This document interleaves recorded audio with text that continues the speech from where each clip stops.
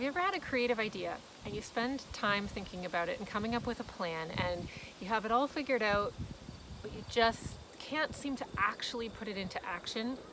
If this is you, this is me too, and this is what the whole video today is about. Why are you stuck? What is holding you back? So my thoughts are coming from a book that I've been reading. It's called The War of Art by Steven Pressfield. And the book is broken up into 3 sections. The first section is all about resistance, and that's what I want to talk about today. There's one quote near the beginning of the book that really stood out to me, and I'll read it to you. He says, and this stood out to me because I relate to it, but I would encourage you to listen and think about it for yourself. Look in your own heart.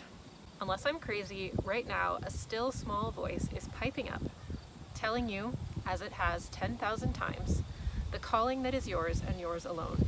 You know it. No one has to tell you.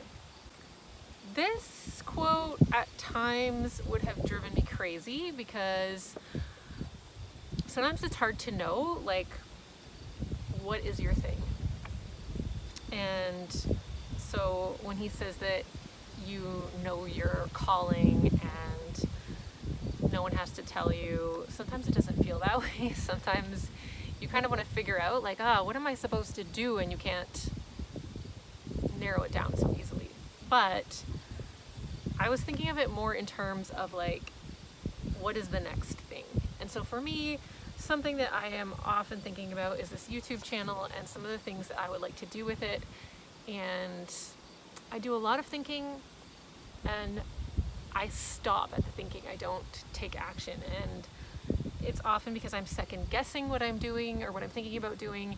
And it's in reading this chapter about resistance, I can see how so many of the things that stop me from moving further forward fit under this category of resistance. So YouTube is the thing that I've been feeling resistance about. What is the thing that you're feeling resistance about?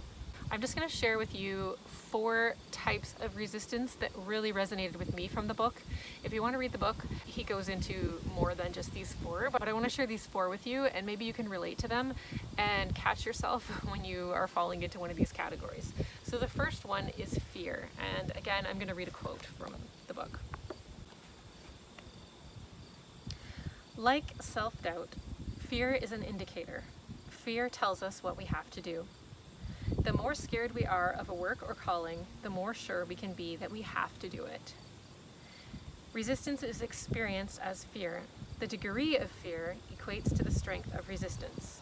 Therefore, the more fear we feel about a specific enterprise, the more certain we can be that the enterprise is important to us and to the growth of our soul. If it meant nothing to us, there'd be no resistance. So for me, fear shows up often when I think about making YouTube videos and publishing them where anyone could see them. And I think about how they might be perceived by others, who might see them, maybe someone I know will see them, what will they think? And that often gets me into this loop in my head where I'm like, maybe I don't need to post it, maybe I shouldn't bother, this is silly, why am I even thinking about putting my thoughts out there? And eventually I talk myself out of it. But the thought is always coming back to me, like, oh, I should post a YouTube video about that. I should share that thought. I should share that thing that I realized or that I'm learning about. It's really interesting. And so that is why I'm trying to push through the resistance and go ahead, record a video, and get started on this project. So the second one, I'll read you this quote. I'll categorize this one as do it later. We don't tell ourselves, I'm never going to write my symphony. Instead, we say, I'm going to write my symphony. I'm just going to start tomorrow. And this has come up for me several times with this YouTube channel. I think about ideas, I think about recording, and then I think, oh yeah, that's a good idea. I should do that maybe in the fall when Katrina goes back to school, maybe when Ken goes back to work. And then I just convince myself, like, yeah, that makes sense. That's logical. And I put it off further and further and further. And I think when one reason is obsolete, a new reason will pop up. Okay, the third one. I'm gonna call this one, Who Am I? And he's talking about writing a book in this case. And he says, in order for a book or any project or enterprise to hold our attention for the length of time it takes to unfold itself, it has to plug into some internal perplexity or passion that is of paramount importance to us. that problem becomes the theme of our work. And for me, I'm often thinking about intentional living, personal development, things like that. And so I often think about sharing those things on my YouTube channel. Just like in the past, I had a blog all about making memories while raising kids, and that's because it was so pertinent to what I was thinking about and what I was doing in my life and what was important to me.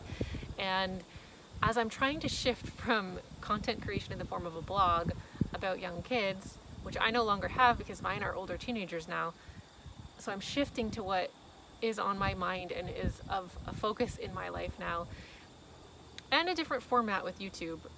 I am often questioning, like, who am I to share this? Why would anyone care? There are other people who know more about this than I do, and I talk myself out of it. And the reason I share this quote is because he talks about how the thing that is important to us, that is a passion of ours or on our mind basically, is the problem that becomes the theme of our work. And this is something that I've spent a lot of time thinking about, and I still do.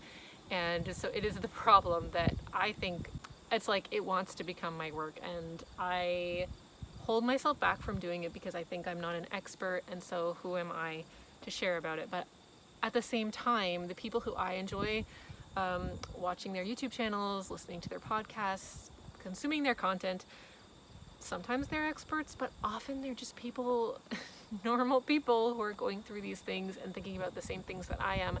And I'm interested to hear about their journey and what they're learning along the way and what it's like to be going through the process and not have it all already figured out. So if you're in a similar situation where you're wondering, who am I? That's who you are.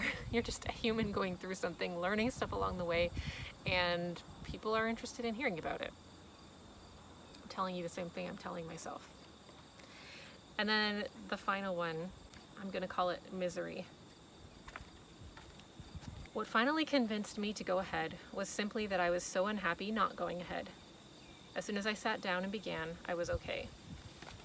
This is very true for me. As I said, I'm often thinking about creating content, talking myself out of it for various reasons, and there's just such a sense of frustration because the thought won't leave me alone, and I think it's because I just think maybe that's what I need to do right now, whether that's for any big major reason or just because it's the next step that will help me to learn or grow.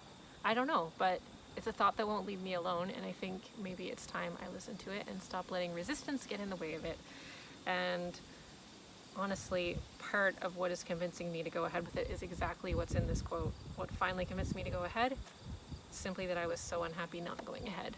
And so here I am, making a video with my hair flying around everywhere. I can see it in my camera.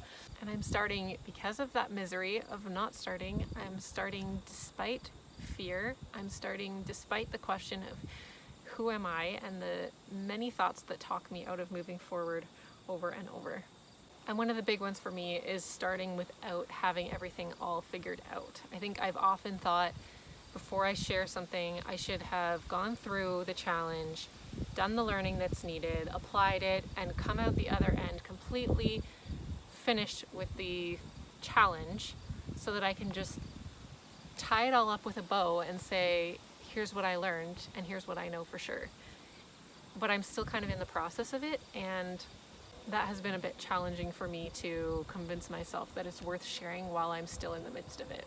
But the whole process of intentional living, introspection, personal development, all of that stuff, it doesn't really have an end. I think it's a continual thing that's going to continue throughout my whole life, and I think it does for anyone who wants to take the time to think about it. So welcome to the journey. I hope you will join me by asking yourself, what is the thing that has come to your mind 10,000 times before? What are you holding back moving forward on? And what is one thing that you can do today to overcome resistance?